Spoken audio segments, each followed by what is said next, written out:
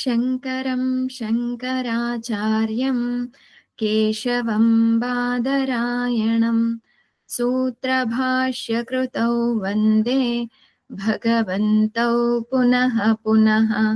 ईश्वरो गुरुरात्मेति मूर्तिभेदविभागिने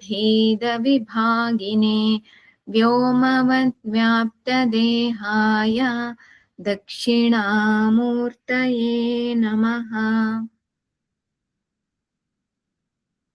శ్రీమద్భగవద్గీత రెండవ అధ్యాయం 22వ శ్లోకం.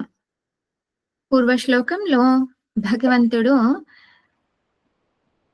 ఆత్మ అవినాశి, ఆ ఆత్మని నేనే అనేటటువంటి విషయాన్ని తెలియజేయడం జరిగింది. అందుకు అర్జునుడి యొక్క సందేహం అనగా మన యొక్క సందేహం, అవినాశి ఎలా నేను అవినాశినవుతాను? దేహం అనేటువంటిది నశించిపోతూ ఉంది. ఈ రోజు ఉన్న దేహం రేపు ఉండటం లేదు. అలాంటప్పుడు నేను ఎలా అవినాశినవుతాను అనే సందేహం వ్యక్తం చేయగా భగవంతుడు ఉదాహరణతో వివరిస్తూ ఉన్నాడు. వాసాంసి జీర్ణాని యథా విహాయ నవాని గృహ్ణాతి నరోపరాణి తథా శరీరాణి విహాయ జీర్ణాని అన్యాని సంయాతి నవాని దేహి. యథా ఏ రకంగా అయితే వాసాంసి జీర్ణాని విహాయ నవాని గృహ్ణాతి నరః అపరాణి, నరః అపరాణి నవాని గృహ్ణాతి. వస్త్రాలు జీర్ణించిపోయాయి అనగా చినిగిపోయాయి లేదా పాతగైపోయాయి, రంగుపోయాయి. అప్పుడేం చేస్తాం? వీటిని తీసేసి మళ్ళీ కొత్త వస్త్రాలను ధరిస్తూ ఉంటాం. అలాగే తథా శరీరాణి జీర్ణాని విహాయ దేహి నవాని అన్యాని సంయాతి. శరీరం కూడా జీర్ణించిపోయినప్పుడు దీన్ని వదిలిపెట్టి కొత్త దేహాన్ని ధరిస్తూ ఉన్నాడు దేహి. దేహి అనగా దేహంలో ఉన్నటువంటి వారు అని. ఎవరున్నారు దేహంలో? చైతన్య స్వరూపం, అదే ఆత్మ. ఈ ఆత్మ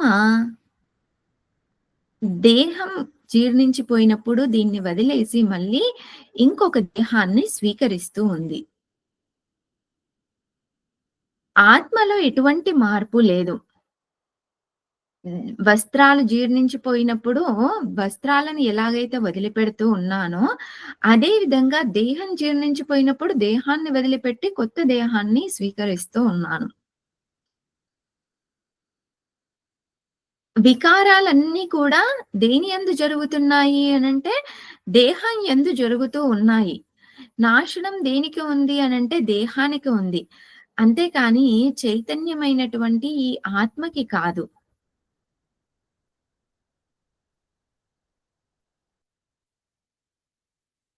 చైతన్యమైనటువంటి ఆత్మకే గనక వికారాలు ఉన్నట్లయితే అప్పుడు ఆత్మ కూడా వినాశి అవుతుంది. ఆత్మనే గనక నశించిపోయేటట్లయితే గనక మోక్షం అనేటువంటిది ఉండడానికి అవకాశం లేదు. ఆనందం ఉండడానికి కూడా అవకాశం లేదు. మనం ఆనందం అనుభవిస్తూ ఉన్నాము అనంటే వీటన్నింటికి కూడా కారణమైనటువంటి నిత్య ఆనందం ఏదో ఒకటి ఉండి ఉండాలి. విషయాల నుంచి మనం ఆనందాన్ని పొందుతూ ఉన్నాము. విషయాల నుంచి పొందే ఈ ఆనందానికంతటికీ కూడా కారణం మార్పు లేనటువంటి ఆనందం ఏదో ఒకటి ఉంటేనే గనక, ఈ విషయాల్లో నుంచి మనం ఆనందాన్ని పొందగలుగుతూ ఉన్నాం. అనిత్య ఆనందాన్ని.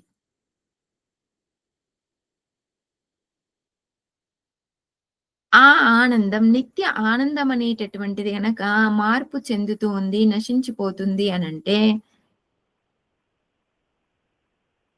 ఆనందం అనేటువంటిది ఉండడానికి అవకాశం ఉండదు.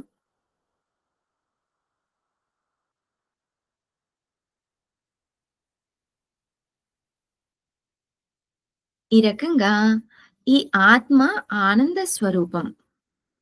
ఆనంద స్వరూపమైనటువంటి ఈ ఆత్మ నిత్యం.